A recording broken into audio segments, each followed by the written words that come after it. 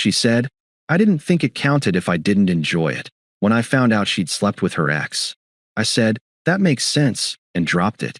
She thought I'd forgiven her. I packed her things while she was at work. She came home to her boxes in the hallway and a note. It counted. Hey viewers, before we move on to the video, please make sure to subscribe to the channel and hit the like button if you want to see more stories like this. Thanks. I bought the house 3 years ago. That's important to mention right up front, not to brag, but because in situations like this, the deed matters more than the I love yous. I own the 4 walls, the roof, and the front door. Sarah just had a key. We had been together for 3 years, living together for 2. On paper, we worked. I'm a structural engineer, logical, steady, maybe a little boring to some people because I like plans and spreadsheets. Sarah was the color in my life.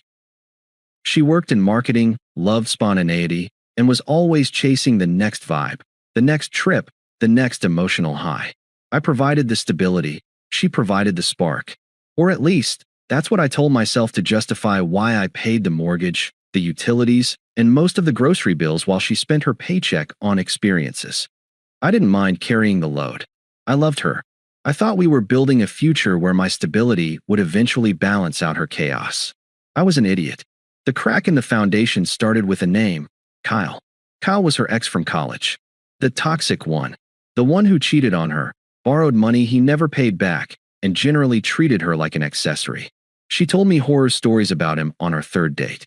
She swore she blocked him on everything. But about 2 months ago, she told me he'd reached out to apologize and make amends as part of some therapy program he was doing.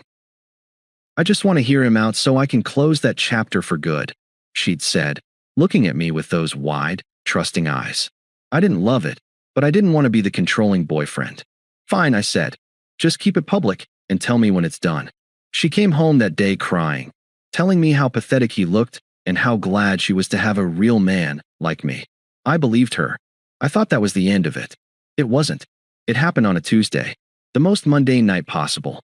We were sitting on the couch, watching some generic action movie. Sarah was scrolling through Instagram, her head resting on my shoulder. She got up to go to the kitchen to grab a glass of wine and left her phone face up on the coffee table. I wasn't snooping. I have never snooped. But the screen lit up with a text, and the font was large enough to read from 3 feet away. Kyle, my back is still killing me from that angle LOL. Totally worth it though. Round 2 soon. The air left the room. It felt like the temperature dropped 20 degrees in a single second. I stared at the message, the words burning themselves into my retinas. From that angle. Round 2.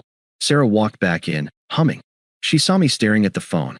She saw the notification still glowing on the screen. The glass of wine didn't drop. She set it down, but her hand was shaking so hard the liquid sloshed over the rim onto my coaster. Opie, she started, her voice jumping an octave. It's not what it looks like. I picked up the phone. I didn't unlock it.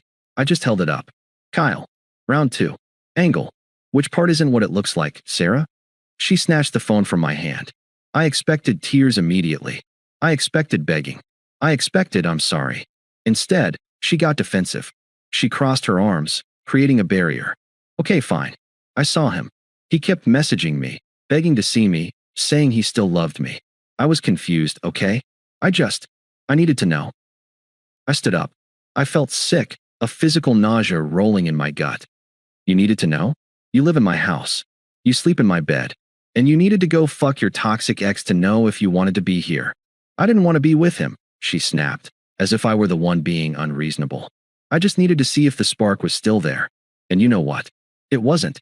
She took a step toward me, her face shifting from defensive to something resembling reassurance. This is where she delivered the line that killed the relationship. It didn't wound the relationship, it decapitated it. Opie, listen to me, she said, reaching for my hand. It was awful. He's messy, his apartment smells, and the sex was terrible. I didn't even enjoy it. I stopped him halfway through because I felt gross. I didn't even orgasm. So, it's not like I really cheated. It was just a physical test that failed. It didn't count. I looked at her. I really looked at her. I saw the woman I planned to propose to in the spring, and I realized I was looking at a stranger. A stranger who believed that fidelity was a transaction based on the quality of the orgasm. In her mind, because she had a bad time, she hadn't committed a crime.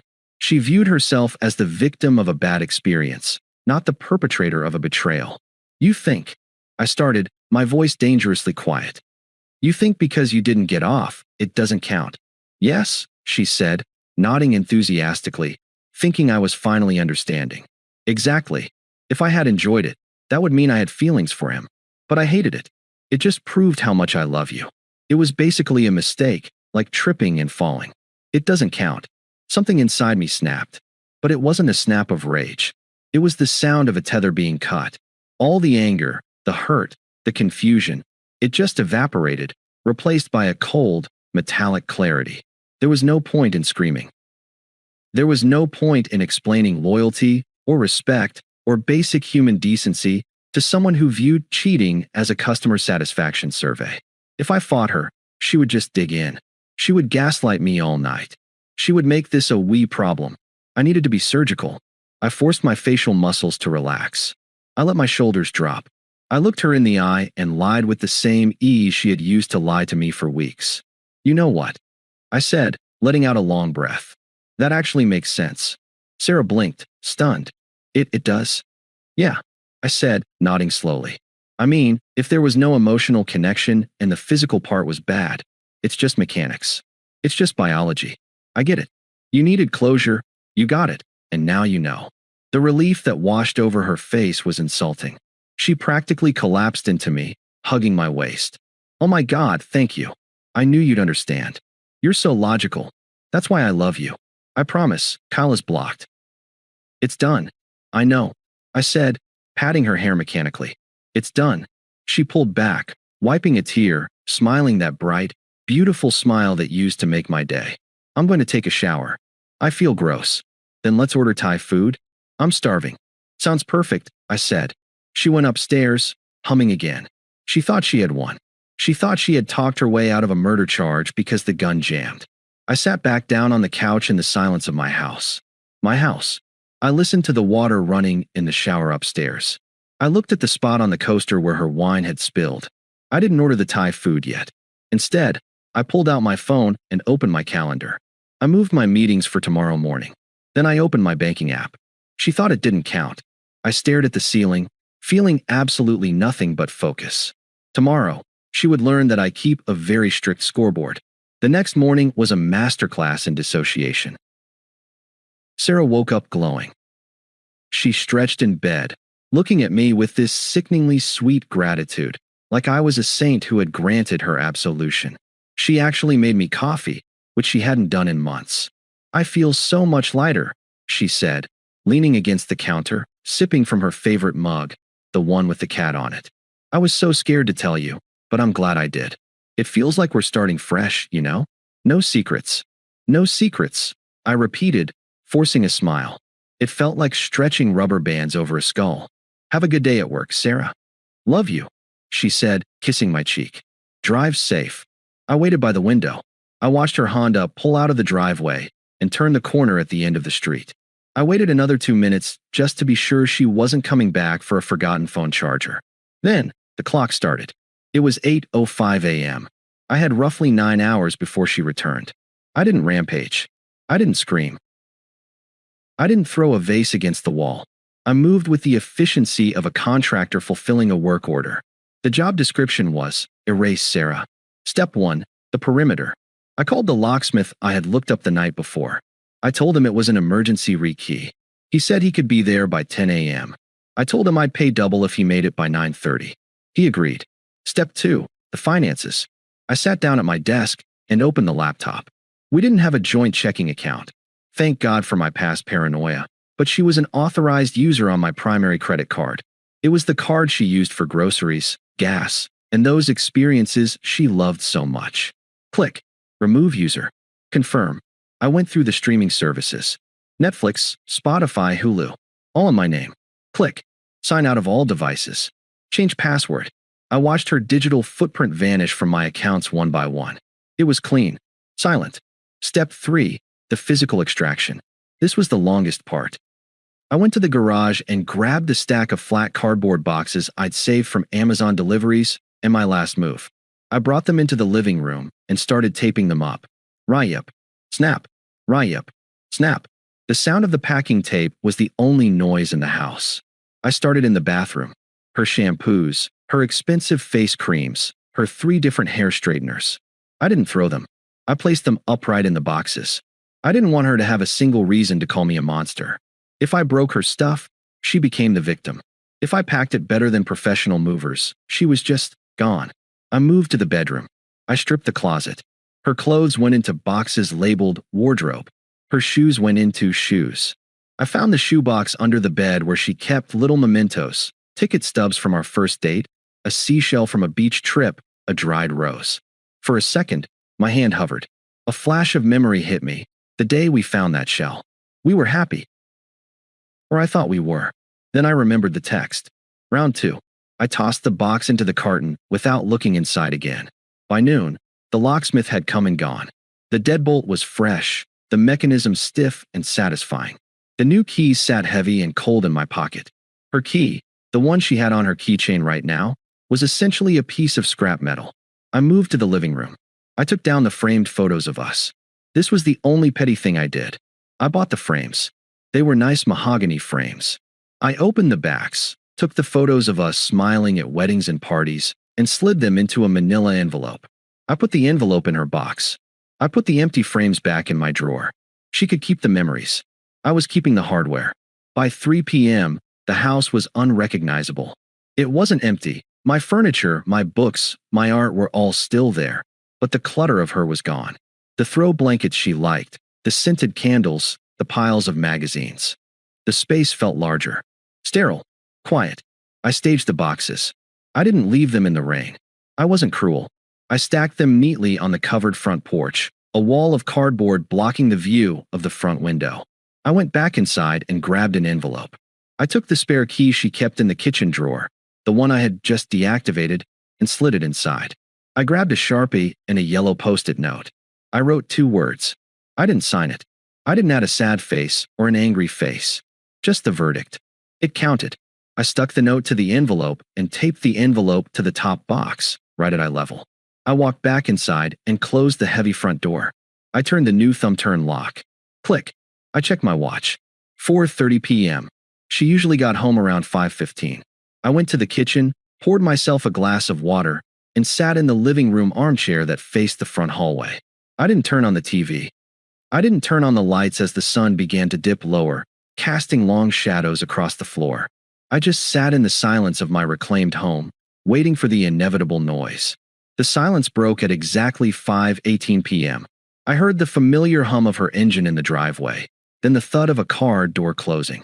Footsteps clicked up the concrete path. Then, a pause. I could picture it perfectly.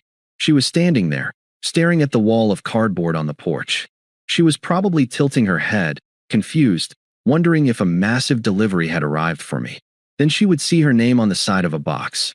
Then she would see the note. The silence outside stretched for a solid 30 seconds. It was the time it took for the brain to process a reality it refused to accept. Then, the doorknob jiggled. It was a casual turn at first, then a harder twist, then a frantic rattling. Scritch-scratch. The sound of her key sliding into the lock. She tried to turn it. Nothing. She pulled it out, jammed it back in, and tried again. The new tumblers didn't budge. Up. Her voice was muffled through the heavy wood, tentative and high-pitched. Up. The door stuck. I sat still in the armchair. The room was dim now, the only light coming from the street lamps filtering through the blinds. Bang. Bang. Bang. Up. Open the door. What is all this stuff? My phone, sitting face up on the coffee table, lit up. Incoming call. Sarah, love. I watched it ring. Then ring again. Then go to voicemail. Incoming call. Sarah, love. I reached over and flipped the phone face down. Outside, the confusion was curdling into panic. Up. I know you're in there. Your car is in the driveway. What is going on? Why are my clothes out here? She started pounding with both fists. It was a rhythmic, desperate drumming that vibrated through the floorboards. This isn't funny. Open the goddamn door. I finally moved. I picked up my phone, opened the smart home app, and tapped the camera feed for the doorbell. The video popped up in crisp HD. She looked deranged. Her mascara was starting to smudge, her hair was flying around in the wind, and she was kicking the bottom of the door. She looked nothing like the smug, relieved woman who had kissed me goodbye 8 hours ago. I pressed the talk button on the app. My voice projected out of the little speaker next to her head, tinny but clear. "Stop kicking the door, Sarah. You're going to scuff the paint." She jumped back, looking around wildly before focusing on the camera lens. Her face twisted into a snarl. "Op, are you insane? Open this door right now. What is this? Is this a joke?" "No joke," I said calmly into the phone mic. "You said the cheating didn't count because you didn't enjoy it. That was your logic." "Yes. And you said you understood," she screamed, gesturing at the camera. "We talked about this. We moved past it." "I lied," I said. "Just like you did." She froze. Her mouth opened and closed like a fish on a dock. "The boxes contain everything you own," I continued. "I checked the closets twice. Your name is off the lease. Well, you were never on it. You're off the Wi-Fi. You're off the credit card. The locks are changed. You don't live here anymore." "You can't do this," she shrieked, the tears finally starting. Real, ugly tears. "We've lived together for 2 years. You can't just evict me. I'll call the cops. This is illegal." "Actually," I said, keeping my voice monotone, "I checked the statutes. In our state, since you never signed a lease and never paid rent, I have the bank statements to prove it. You are legally considered a guest. Guests can be asked to leave at any time. Your property has been returned to you undamaged. You are currently trespassing." "Trespassing?" She choked on the word. "I'm your girlfriend." "Not anymore. Now you're just a woman banging on a stranger's door." "Where am I supposed to go?" she wailed, collapsing against the siding. "OP, please. Baby, please. Let me in. Let's talk about this. I can fix it. I'll do anything. Don't do this to me." "Go to Kyle's," I said. "Maybe you'll enjoy it this time." I disconnected the feed. She pounded for another 20 minutes. She screamed obscenities. She called me a psychopath, a narcissist, a coward. She threw one of the smaller boxes at the door. It bounced harmlessly off the wood. Eventually, the noise stopped. I checked the camera again. She was sitting on the porch steps, crying into her phone. A few minutes later, a beat-up sedan pulled up. It wasn't Kyle. It was her friend Jessica. Jessica got out, looking furious, storming up the path to help Sarah load the boxes into the trunk and back seat. Jessica glared at the camera and flipped the bird. I didn't care. Jessica had cheated on her husband last year. Of course she was on Sarah's side. Birds of a feather. They drove off. The porch was empty. I exhaled. A long, deep breath that felt like I was expelling toxic gas from my lungs. I ordered a pizza. I ate it in the living room. It was the best pizza I had ever tasted. The aftermath trickled in over the next few days. I got texts from mutual friends. Some were angry. "How could you be so cold? She's devastated." I replied to those with a simple screenshot of Kyle's text. "Round too soon." They stopped texting back. I got drunk voicemails from Sarah. First night, "I hate you. You ruined my life." Second night, "I miss you. Please, I'm at my parents' house and my mom is driving me crazy. Just call me." Third night, "Kyle is a dick. I went to see him and he wouldn't even let me inside. He said he didn't want drama. You were right. I'm sorry. Please, OP." I didn't block her number immediately. I wanted the record in case she tried anything legal, but I never replied. Not a single word. My silence was a wall she couldn't climb. I heard through the grapevine what happened with Kyle. It was exactly as I predicted. Sarah showed up at his place that first night, expecting him to be her knight in shining armor since she had sacrificed her relationship for him. Kyle laughed. He told her he was seeing 2 other girls and didn't have room for her boxes. He shut the door in her face. So she ended up back in her childhood bedroom, 30 years old, single, and broke, explaining to her conservative parents why the nice engineer kicked her out. The karma wasn't a lightning bolt. It was a slow, suffocating fog of her own making, and I wasn't there to clear it for her. 6 months passed. They say the best revenge is living well, but I found that the best revenge was actually just peace. My bank account recovered. My blood pressure dropped. I started sleeping through the night without waking up wondering why the person next to me felt distant. I didn't date. I didn't want to. I spent the summer hiking, fixing up the backyard deck that Sarah had always complained about, and reconnecting with friends who had drifted away during the Sarah show. I realized that for 3 years, I had been carrying a backpack full of rocks, convinced it was just normal gravity. When I took it off, I felt like I could fly. I hadn't heard from her in 4 months. The drunk voicemail stopped after I changed my number. I assumed she had moved on or found another safety net to land on. I was wrong. It happened on a Sunday afternoon in October. I was at the upscale grocery store downtown, the one with the overpriced cheese and the good wine selection. I was looking at steaks, debating between ribeye and strip, when I felt a tap on my shoulder. Up. I turned around.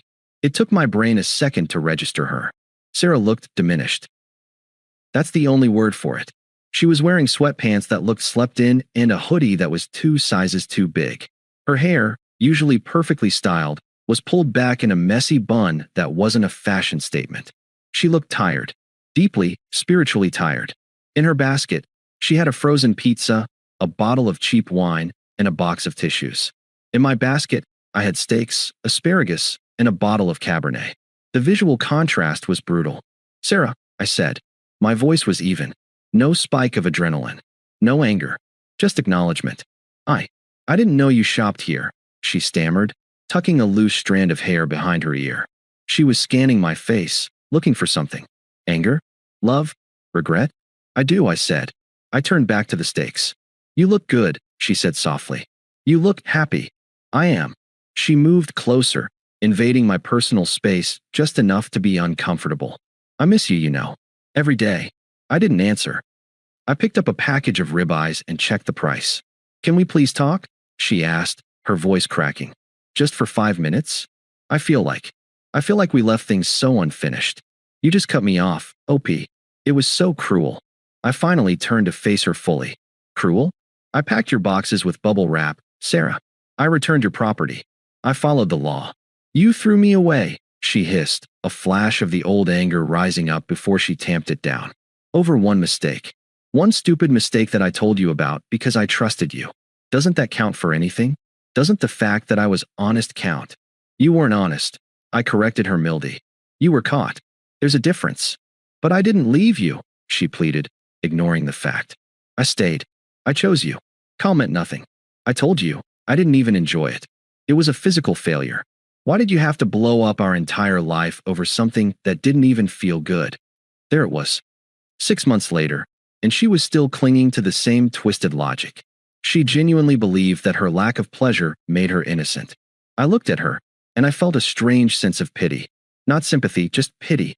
She was broken in a way I couldn't fix, and thank God I was no longer trying to. "Sarah," I said, checking my watch. "I have to get going. The game starts in an hour." 3 years, OP, she cried out, causing a woman in the produce section to look over. "We were together for 3 years.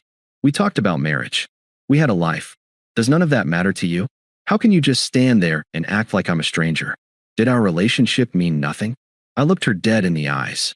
I channeled every ounce of the cold, surgical detachment I had summoned the day I packed her boxes. "Honestly," I said, tilting my head as if thinking it over. Looking back at it now, I was stressed all the time. I was paying for everything. I was emotionally drained. I didn't enjoy the relationship. She stared at me, tears welling up. "What are you saying?" "I'm saying I didn't enjoy it," I said calmly. "I didn't enjoy the relationship. It was actually pretty terrible for me." She recoiled as if I'd slapped her. "So? What does that mean?" I smiled. It was a small, polite smile. The kind you give a cashier. "Well, using your logic, since I didn't enjoy it, it didn't count." Her mouth fell open. She stood there, frozen, the realization hitting her like a physical blow. I had used her own shield to decapitate her. "So technically," I continued, gripping the handle of my basket, "we never dated. I don't know you." I stepped around her. "Goodbye, stranger." I walked toward the checkout aisle. I didn't look back. I didn't need to see her face to know she was crumbling. I didn't need to see if she was crying. I paid for my steaks. I walked out into the crisp autumn air. The sun was setting, painting the sky in shades of violet and gold. I got in my car, turned on the radio, and drove home to my quiet, empty, peaceful house. It was the best night of my life. Thanks for watching. Make sure to subscribe to the channel and hit the like button. What do you think about this story? Share it in the comments.